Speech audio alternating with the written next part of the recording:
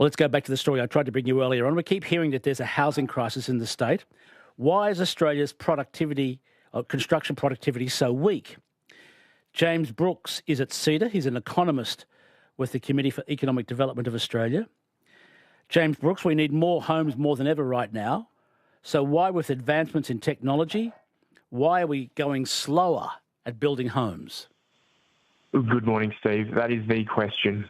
We found right now Australia is building half as many homes per construction worker as we were in the 1970s. And there's many factors for this, but a big one is the proportion of work being done by very small businesses in the sector. So to give you an idea, Steve, and your listeners, 99% of Australian construction businesses have fewer than 20 employees. And this is strange compared to other industries. And it's not really being talked about.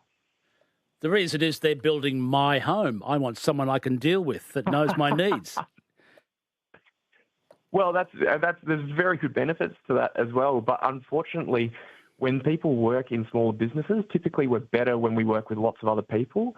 We're more productive, and that's what we found. We found people who work in businesses in construction with 200 or more employees generate 86% more revenue than those in 5 to 19. So we think this is a big explainer for why we're just not getting enough done.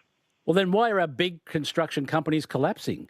Because what you're highlighting is that they're more efficient, they have got better productive capacity, yet it's the big construction companies that are collapsing all over the place in Australia. Yeah, well, there's a lot of construction companies collapsing all over the place responding to the recent price hikes. There's a lot of volatility in this sector, a lot of people running on razor-thin margins. And what we would want to see is a lot more stability, and we think there's some options for government to look at in doing that. It's all in the report. What are the options, James? So we've identified a couple of things we think will help improve this sector. One of them is our tax settings. Right now we tax contractors and workers very differently.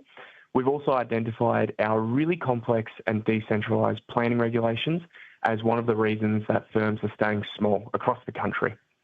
As you touch on, governments can do something to sort of smooth out the demand in the sector, and we think this will help as well. James Brooks is an economist at the Committee for the Economic Development of Australia. Could a growth in prefabricated homes, tiny homes or others speed up construction?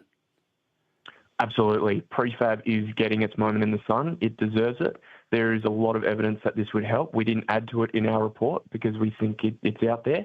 But the things we're suggesting and talk about would also help the adoption of prefab. Is it a case of small businesses, these mum and dad operations being construction companies, not being able to afford the tools and the technology needed to build homes at a faster rate? Yeah, this is part of it. So small businesses in any sector are less able to adopt technologies and new processes. That's true of lots of small businesses. And what we would want to see is these policy barriers which are preventing them from growing. We want to see governments focus on that because we want to see the really good, productive small businesses grow and undertake more work across the country. What kind of pressure does this weak productivity then put on house prices today, James Brooks? Can you say? A lot.